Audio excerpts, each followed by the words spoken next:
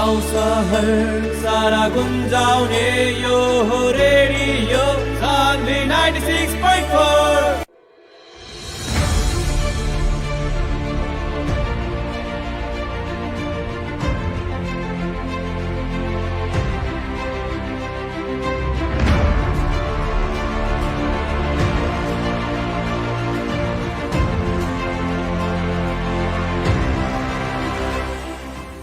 जी नमस्कार, प्रणाम। सुनल बानी रेडियो 96.4 मेगाहर्ज। रेडियो 96.4 मेगाहर्ज के कार्यक्रम स्थानीय सरोकार लेके उपस्थित हो चुकल बानी। कार्यक्रम प्रस्तुता राम मंडल, प्रविधि और से बानी सानू जी। कार्यक्रम में आज हमने बात करें सन फिर से स्थानीय विषय वस्तु के बारे में। स्थानीय एक जने अतिथि भी आज हमेशा के जैसन लेके उपस्थित बानी सन। खास करके आज बलिदानी दिवस यानी कि मधेश आंदोलन में जितना भी लोग शहादत प्राप्त कैले रहे उ लोग के समझना में आज बलिदानी दिवस मनावल गइल बाटे पूरा प्रदेश नंबर 2 में। और मधेश आंदोलन में शहादत प्राप्त कैल आदमी के मधेसी शहीद लोग के समझना में आज प्रदेश नंबर 2 सरकार विदा भी देहले बाटे। और आज वीरगंज में कहल जाओ तो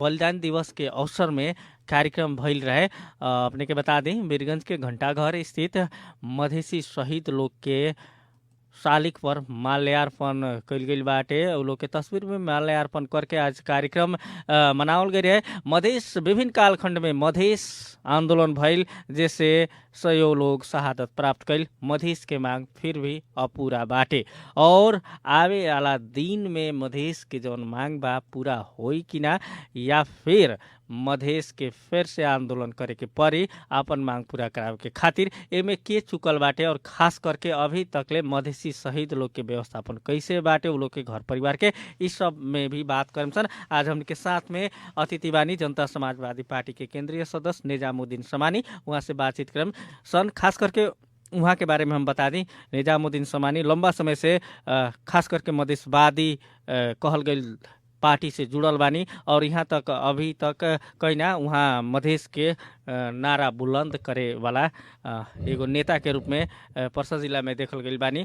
खास करके पहले से ही वहाँ मधेशवादी दल से आबद्ध रहल आदमी है और वहाँ से आज हमने बातचीत करम सन। खास करके उ हरेक मधेश आंदोलन में सहभागिता जनावल आदमी भी बानी, जेके चलते वहाँ से वहाँ के अनुभव और खास करके मधेश के अधिकार के खातिर का करे के पड़ी एकरा बारे में भी बातचीत करम सर।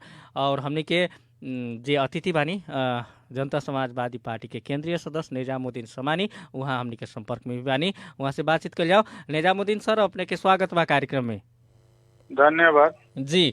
जैसे कि रौरा लोग बहुत दिन से मधेश के मांग सब उठावत विभिन्न कालखंड में आंदोलन करत आइल बानी लगन, आज तक ले मधेश की मांग पूरा तरीका से पूरा होके नहीं के सकल। एकरा के पूरा करेला अब का करे के पड़ी? निश्चित रूप से हमनी के विद्यार्थी काल से ही मधेश के इशू के में जो पार्टी रहे सद्भावना पार्टी, जेकर नेता गजेंद्र नारायण सिंह रहलन, उनका साथे हमनी लगनी सन और शुरू से मधेश खातिर हमनी संघर्ष करते रहनी सन। और आज तक के आवत में मधेश के बहुत कुछ मांग पूरा भइल बा, लेकिन इतना से ही हमनी के मांग सारा संबोधन नहीं के भई। हमनी आगे भी संविधान संशोधन करावे खातिर संघर्ष में ही बानी सन। और विगत में जौन मधेश आंदोलन भई रहे वो आंदोलन में जौन राज्य के द्वारा जौन समझौता भई रहे वो भइल समझौता भी अभी तक ले पूरा नहीं के भई। जैसे अपने को उदाहरण के रूप में हम बताएं कि हमनी के एगो ऐसा देश बा जौना देश के बाप रे देश के नागरिक बा, लेकिन ओकर बेटा के नागरिकता नहीं के देवल जा, जबकि नागरिकता के बिना अपने देश में जी भी नहीं जी सकत। नौकरी से लेके अपने के जन्मदाता से लेके मृत्यु दाता तक ले नागरिकता की आवश्यकता बा। और संविधान में व्यवस्था भी बा, आमा को नाम बांटा नागरिकता दीने, जन्मसिद्ध को नागरिकता दीने, तो कुछ अधिकार जो मिलल भी बा वो भी हमनी के अभी तक ले लागू नहीं के भाई। और बहुत कुछ अभी जो मिलने नहीं के सफा जो हमने जो लड़ाई लड़नी सो, जैसे कौन कौन अधिकार नहीं के मिलल। खास करके देखिए हमनी के ये देश में अपन पहचान के लड़ाई लड़नी सन कि हमनी के देश में कहीं भी दुनिया में नेपाल में मधेश के भी जनता रहेला ओकरा के छुपा देवल गई रहे, लेकिन हमनी के जौन मधेश के वो जौन आंदोलन भइल उसे मधेश आंदोलन से वो स्थापित भइल कि नेपाल में भी मधेसी समुदाय के लोग रहेला, जौना संगे विभेद भइल, एकर मांग जौन बा नागरिकता के सवाल में भइल, अपने के रोजी रोटी के सवाल में भइल, अपने के मतलब ओकर जितना भी ओकर आवश्यकता बा, आवश्यकता के मतलब समानता का आवश्यकता, कोनो भी जैसे हमने देखी सन वैकेंसी पहले निकले तो हजारों लिस्ट में एगो दूगो बहुत मधेसी के मात्र कहीं कहीं मिल जाए, वो भी बहुत मुश्किल से। तो का बात ये सब चीज खातिर हमने लड़ाई लड़नी सन, लेकिन आज के दिन में अपने लिस्ट देखे तो कुछ तो मिल रहा बा, लेकिन जौना हिसाब से मिले के चाहिए उस चीज हिसाब से जैसे मधेसी कोटा आज आरक्षित भइल बा, लेकिन खाली उतना ही जना वही हमनी के जनसंख्या का अनुपात में मंगले बानी सन, जैसे अपने कहनी काम बाकी बा, तो जनसंख्या का अनुपात तो हमनी के हर चीज में समावेश होके चाहिए, प्रहरी प्रशासन न्यायालय चाहे जोन भी नौकरी के संबंधी होके, चाहे जैसे वोटर के जो संख्या के आधार पर निर्वाचन क्षेत्र को, ये सारा चीज के जनसंख्या के आधार पर होके के चाहिए कह के हमनी के जो एजेंडा रहे उनमें भी मतलब कुछ कुछ मिलल बा, बहुत कुछ अभी बाकी बा, तो वही से अभी भी संघर्ष जारी बा और हमनी के अपन लड़ाई लड़ रहा बा। जी, जैसे कि खास करके पछिल्का दिन में संविधान में ही उल्लेख भइल नागरिकता के सवाल जौन बा, खास करके नागरिकता मिले में कठिन बा, अंगीकृत के बेटा बेटी लोग के, जन्मसिद्ध के बेटा बेटी लोग के भी नागरिकता मिलल कठिन बा, खास करके ई संविधान में उल्लेख भइल चीज ही बा कि ओकरा मिले के चाही, तो ई नाम मिलल खास करके केकर कमजोरी अपने देखत हनी? देखी राज्य हमेशा मधेश के जनता संगे भेदभाव कैले बा, अभी जहाँ तक ले कमजोरी के बात कहनी तो आज भी जौन आदमी हमनी का अधिकार नहीं खे देवे के चाह, जौन ये देश के पहाड़ी शासक बा, पहाड़ में भी शोषण बा, जौन दलित बा, जनजाति बा, जौन पिछड़ल बा ओकरो संगे बा, लेकिन जोन ये देश के पहाड़ी शासक बा, जोन शासन करल आ रहल बा, वो हमनी का अधिकार नहीं खे देवे के चाहत, और दुर्भाग्य का हो गइल बा कि आज भी उस शासक के पीछे पीछे पिछलगू हमनी बन के घूम रहल बानी। अपने के जब तक हमनी ओकरा पीछे रहें सन तो वो तो बुझत आ रहा बानू कि मधेश में हमार गुण गावे वाला लोग तो मधेसी बढ़ले बा, तो हमनी मधेसी का अधिकार देला के जरूरी क्या बा? जौना दिन मधेश के जनता ओकर साथ छोड़ दी तो जाके वो हमनी के बात मानी। जैसे कि संसद विघटन कर दिल, लेकिन आज भी ओकर पीछा पीछा मने लोग लागले बा, तो ओकर मनोबल तो और बढ़ रहा बा ना, वो न्याय कर रहा बा, संविधान में व्यवस्था नहीं के संसद भंग करे के, लेकिन कोयले बा तभी भी लोग ओकरे संगे बा। तो जब तक ले गलत के हमनी के बढ़ावा दे हैं, मुकर प्रोत्साहन करे, अपने लोग तो समझावे भी तो ना सकनी लोगन कि मधेश के आदमी के, वैसन आदमी के तो समझावे के एगो दायित्व अपने लोग के भी बा। प्रदेश दू में खास करके कह जाओ तो सरकार अपना ही लोग के पार्टी के बा, बहुमत के सरकार बाटे, खास करके फिर भी जनता दूसरा के पीछे काहे भागता? तो अपने के एगो बात जानकारी दे, हमनी के जब विद्यार्थी रही सन तो बीरगंज के रोड में 10-20 आदमी से ज्यादा लेके झंडा ना घूमी सन मधेश खातिर, ओबरा मधेश के लोग हंसे हमनी पर, लेकिन आज वो स्थिति नहीं है। आज मधेश के नाम पर जनता तो जागरूक बा, तो जागरूक काहे भाई? आखिर ओकरा के हमनी भी तो जागरूक करते करते लिए नहीं सन। और जहां तक अपने प्रदेश सरकार के बात करता नहीं, तो प्रदेश सरकार तो हमनी के बा, लेकिन जोन अधिकार प्रदेश सरकार के मिले के चाहिए आज भी नहीं के मिलल। आज देखी हम कथी कहनी, संघीयता खातिर हमनी के मेन मुद्दा रहे जो ये देश में संघीयता होको, और उस संघीयता में का होकी कि उस क्षेत्र के लोग, जैसे अपने बिहार में देखे, बिहार में जाए तो बिहार पुलिस होला, ओकर बिहार के लोग के ओकर अपन आयोग होला, जौन की लोक सेवा आयोग होला, वहाँ के नियुक्ति ऊ करेला, हर निकाय में ओकर पकड़ होला। आज हम एगो उदाहरण बताए के चाहे कि उहे लड़ाई हमनी यहाँ लड़ रहल बानी सन। और अपने के प्रहरी में जी जी अभी केंद्र सरकार इतना दिन लड़ला के बाद इसे ही नहीं खेले, अभी सरकार में गईला के बाद में भी हमनी के लड़ाई जारी है बा। और अभी प्रदेश सरकार प्रहरी के वैकेंसी निकाले जाए वाला बा। ठीक हो गई बा कि हमनी के जो चाहना बा वो पूरा नहीं के भाई, लेकिन पाइपलाइन में हमनी का अधिकार बा कुछ बा, लेकिन वो भी पूरे नहीं के। जैसे हम प्रहरी के ऐसे बात करते हैं तो अभी हमनी के चाहना रहे कि मधेश प्रहरी अपन हो, तो वो तो अधिकार अब मिली। अब हमने अपन वैकेंसी करम, अपन लोग के उनमें भरना करें। वैसे ही अपने के स्वास्थ्य क्षेत्र में, वही में शिक्षा के क्षेत्र में, तो हर जगह हमने के प्रवेश जब तक लेना हुई। मधेश में खास करके इतना बेरोजगारी बा, जी जी बेरोजगारी समस्या कब समाधान हुई कि जब तक ले उनमें प्रवेश ना पाई तब तक ले समस्या समाधान ना हुई। तो वह लड़ाई तो हमने लड़ रहा बानी, लेकिन वो एक बारी रुकावट कर रहा बा, हमने आगे बढ़ रहा बानी। लेकिन अभी तक ले जो अपने चाहता नहीं जो मधेश का अधिकार मिलो, हमनी के मिल गई, वैसा बात नहीं के सरकार बनल बा, लेकिन जो अधिकार सरकार के होके चाहिए आज भी वो रुकावट करता।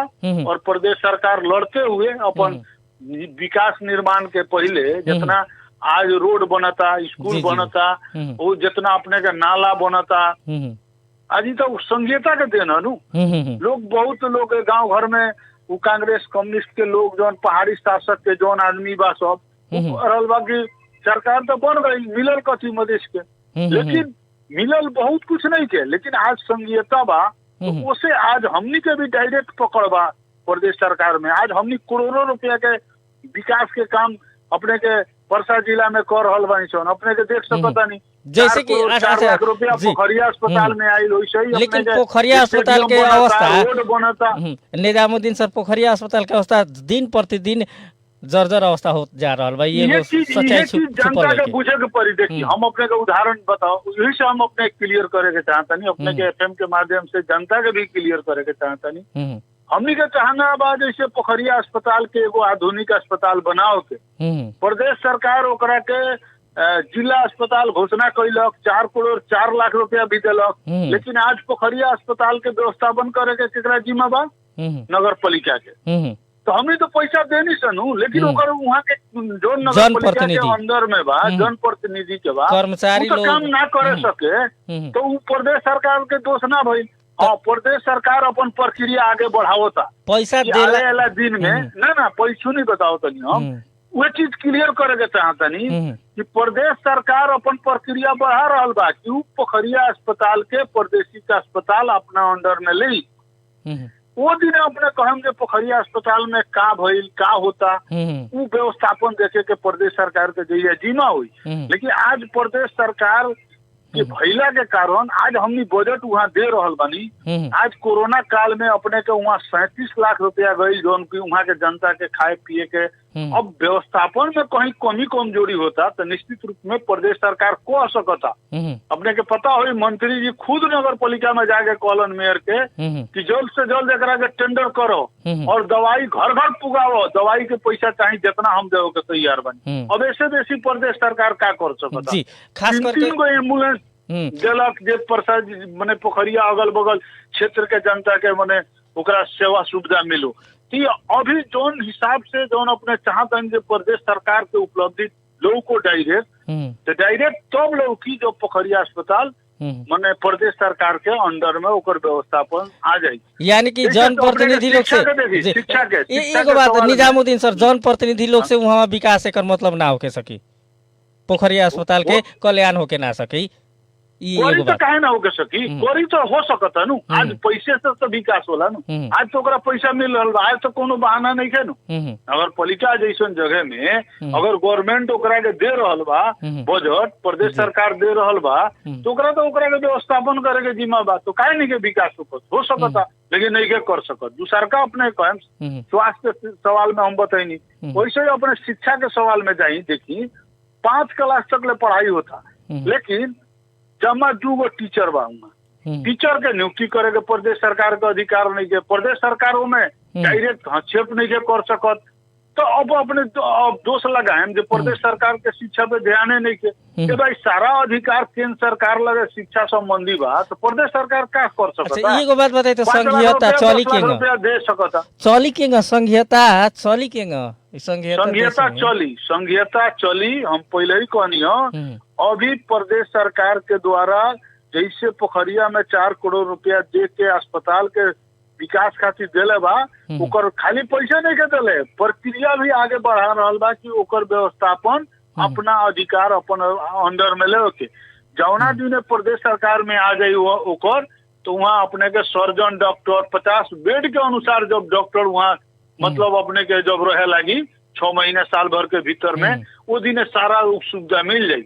वही शिक्षा में भी हमने लड़ाई कर रहा बनी जौना दिन प्रदेश सरकार के अंडर में शिक्षा आ जाई वो दिन प्रदेश सरकार हर जगह टीचर के नियुक्ति करी। कहाँ का समस्या बा अब यहाँ का हो गई बा कि कुछ अधिकार मिलल बा कुछ अधिकार हमने के जैसे बजट स्कूल में देव के बा भवन बनाओ के बजट दे सकता नहीं सब प्रदेश सरकार के द्वारा लेकिन हमने के वहाँ के व्यवस्थापन नहीं देख सकत। तो इस चीज के भी हमने लड़ाई कर रहा बानी सन और आवे वाला दिन में एकरा के और व्यवस्थित करे के जैसे सिंचाई के क्षेत्र में प्रदेश सरकार बहुत बड़ा बड़ा बोरिंग भी हला रहा बा बांध बांध रहा बा गांव गांव में वो किसान के अभी देखले ओके सब्सिडी लोन भी दिलक हो जो 4 महीने के ब्याज भी दिलक हो वैसे ही अपने के बेटी बढ़ाओ बेटी बचाओ पहले लड़की के मतलब हमने यहाँ विभिन्न किस्म के नजर से देखल जाए जन्म के साथ ओकर बीमा हो रहा बा।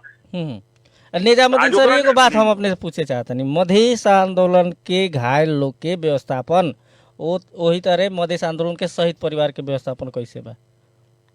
देखिए शहीद परिवार चाहे जे भी आंदोलन में जाला वो अपन व्यवस्थापन अपन आर्थिक सहयोग के हिसाब से ना जाला लेकिन प्रदेश सरकार अभी खास करके शहीद परिवार के आर्थिक सहयोग मात्र करे सकल बा और ओकरा साथ साथ अपने के एक परिवार एगो रोजगार भी देवे के शहीद परिवार के काम कैले बा लेकिन शहीद परिवार के अपने इतने से कुछ होके वाला नहीं के शहीद परिवार खातिर अभी बहुत कुछ प्रदेश सरकार के घास बास कपास जो सुविधा 3 गो तो नहीं के एकदम तो जैसे अब सरकार भी 2 नंबर प्रदेश में बन गई बाटे मधेशवादी दल के तो खास करके होके के चाहित नु अभी तक एकदम होके के चाहिए हमनी के ओकरा में प्रक्रिया में हमनी लागल बानी सन और ओकरे तहत प्रत्येक परिवार में रोजगार देवे के काम प्रत्येक परिवार के आर्थिक सहयोग करे के काम ओकर इलाज करे के काम अब आवे वाला दिन में एकरा के और व्यवस्थित रूप से करे के हमनी प्रयास कर रहल बानी सन और करम सन भी। जैसे कि खास करके अब एगो संघीयता माने देश में आ गई अपने लोग के भी मांग रहे पूरा भइल हरेक जनता के मांग बीच में संसद विघटन भी हो चुकल खास करके कम्युनिस्ट लोग से देश चली कि ना चली देश चले सही कि ना 2/3 के बहुमत होते हुए संसद विघटन भइल कि कांग्रेस के सरकार बनावे खातिर जनता 2/3 के बहुमत दिला कांग्रेस सरकार ना चला सकल ये देश में कम्युनिस्ट के जनता 2/3 के लगभग वोट दिलक जे कांग्रेस से ना देश चलल अब कम्युनिस्ट के हमनी के देवल जा लेकिन कम्युनिस्ट भी अपन चरित्र देखा दिलक वो भी 3 बरस में सरकार गिरा दिलक और चुनाव में जाए के कह दिलक हमनी सभी को के पता बा कि एगो चुनाव में अरबों खरबों रुपया 8 अरब लागे चुनाव में 8 अरब रुपया लागे वाला बा तो संभावित हो बहुत पैसा लाग सकता बताई 1 लाख या 2 लाख रुपया कहीं भ्रष्टाचार हो जाता तो वो आदमी के पूरा